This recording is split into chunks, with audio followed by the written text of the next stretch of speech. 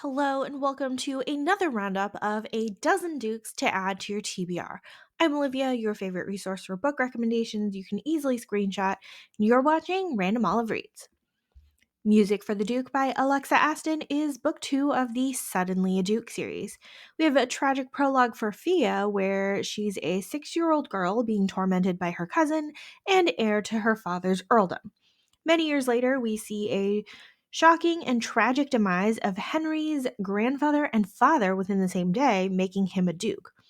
A year after that, they both somehow make friends with the now married Duke and Duchess from book 1 of the series, who assist in getting Fia out of her cousin's house and assist Henry in wooing the girl.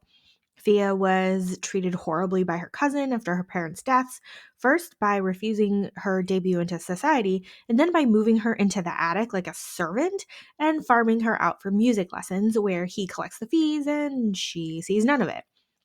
It's a rough life for Fia, and when we think she'll appreciate being courted by a duke, she's fearful of scandal and would rather live independently and rely on her skills as a musician to survive.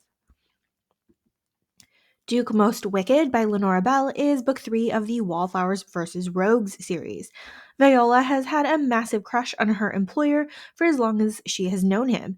Music teacher to his 5 sisters, Viola is enamored of West, even though he has his wicked reputation. When he realizes that his behavior has tarnished his sisters' reputations, he tries to make amends by finding a wealthy heiress to marry and suitors for his sisters. Viola is extra protective of the sisters and argues with him on their behalf. Meanwhile, Viola has secretly been composing music and selling it as her father's and trying to avoid any time in the spotlight. West sees her talent and beauty despite her plain and drab dresses, but believes that he does not deserve her. Up All Night with a Good Duke by Amy Rose Bennett is book 1 of the Byronic Book Club series. We have instant attraction the minute these two bump into each other outside a train station. Artemis has left her position as a finishing school teacher to help her friend navigate the London season and tries to find patrons for her women's college. And she's also a secret gothic romance writer.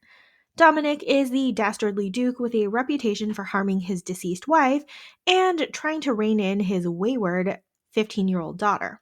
When he decides to take a wife, he only has eyes for Artemis. There's a lot of different plot points and connections going on in this book, and the respect and attraction that Dominic has for Artemis is the absolute best. The Duke with the Dragon Tattoo by Kerrigan Byrne is book 6 of the Victorian Rebel series. Left for dead, a young man with no memory whatsoever is rescued by Lorelai's family and nursed back to health. As they grow closer, the man is named Ash and eventually betrayed by Lorelai's brother and shipped away. After a decade or more, Lorelai is about to get married, and then she's kidnapped on her wedding day by the criminal known as the Rook. The Rook is really Ash, of course, and he still has no memory of this time before Lorelai rescued him. He has finally come to claim her and make her his wife. Along the way, we find out the backstory of Rook and how he's connected to the other men of the Victorian Rebel series. Cinderella and the Duke by Lydia Drake is book 1 of the Renegade Duke series. Julia is the Cinderella in the story, escorting her younger stepsister to a ball while her stepmother is ill. This is Julia's one chance to find a husband since her stepmother refuses to let Julia go to any balls. While protecting a rake from being compromised by a lady and called out into a duel by that lady's husband, she kisses him and then runs away, thinking that she's ruined. When the rake, our Duke Gregory, comes to call the next day with her lost slipper, she proposes a marriage of convenience to him. He helps her get out from under her stepmother's control, and she helps him avoid the lecherous women of the ton. Both of these people are pretty insecure and play an emotionally detached role to protect themselves from being hurt. However, they have great chemistry together and enjoy each other's company. One Season with the Duke by Addie Dulac appears to be a standalone novel. Hetty is the niece of the Marquess and suddenly being blackmailed by her slimy cousin into marriage. She does not like him at all, but seems to go along with it because she doesn't want to jeopardize her family's reputation. Meanwhile, her childhood friend Finn is finally back in London after having been away for so many years taking care of his estates in Scotland. He's disappointed to learn that Hetty is already engaged, but he offers to rescue her from her dire circumstances. These two elope pretty early on in the book, and I was kind of expecting a road trip romance with a blackmailer giving chase, but we ended up with an overbearing mother-in-law story instead. Plus, Hetty's still keeping secrets of what she was being blackmailed for, and Finn is both arrogant and self-doubting and insecure. A Duke for Diana by Sabrina Jeffries is book one of the Designing Debutante series. Lady Diana is pretty much ruined after her mother ran away with a man and her father sued for divorce. She and her sisters now run a successful party planning business in the town. When Geoffrey inherits a dukedom, he hires Diana and her sisters to manage his sister's debut. Even though Diana and Geoffrey butt heads, they're instantly attracted to and distracted by each other.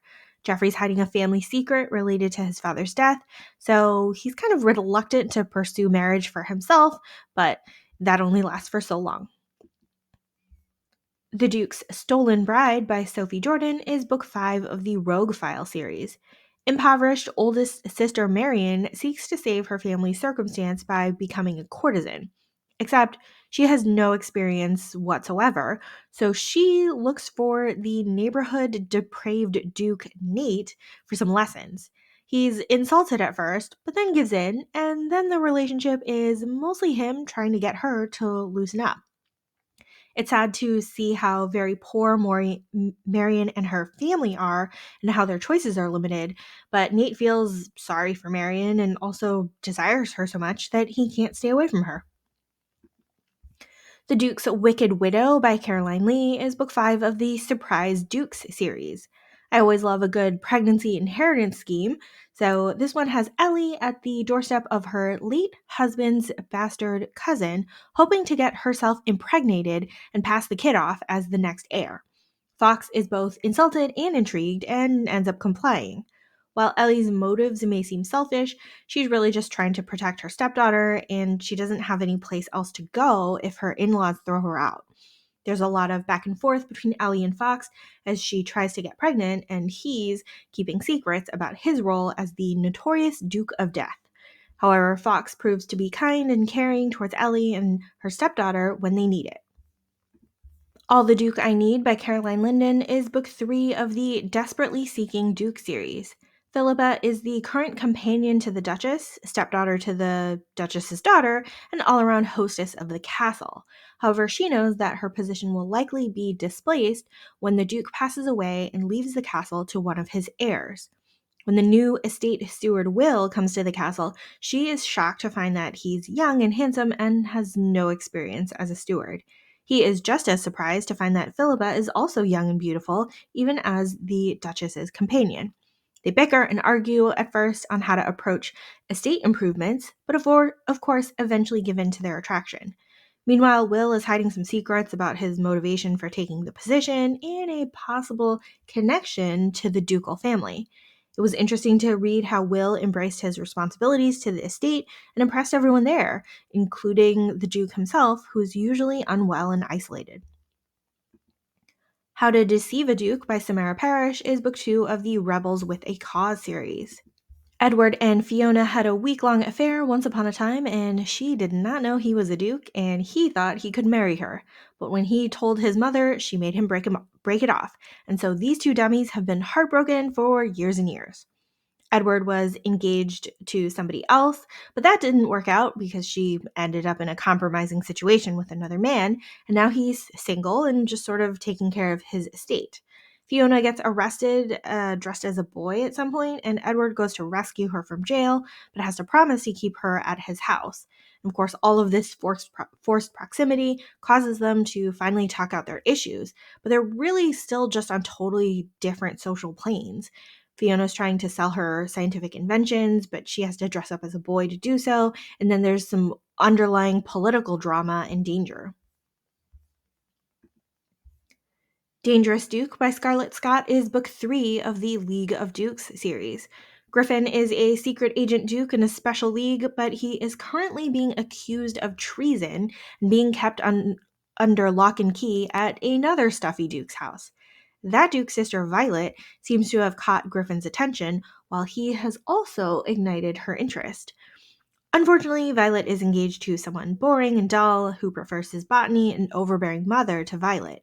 She doesn't actually think that Griffin is guilty of treason and proposes to work with him to clear his name. Griffin needs all the help he can get and enjoys Violet's company, so he agrees to her offer. Both slowly start to open up to each other about their past traumas related to the deaths of their parents, and then we get to see their dangerous scheme fall into place. Thank you so much for watching this video. Hopefully you found a book or two to add to your TBR. Links to all of these books are in the description box. Like and subscribe to get updates, and you can follow me on Instagram at randomolive.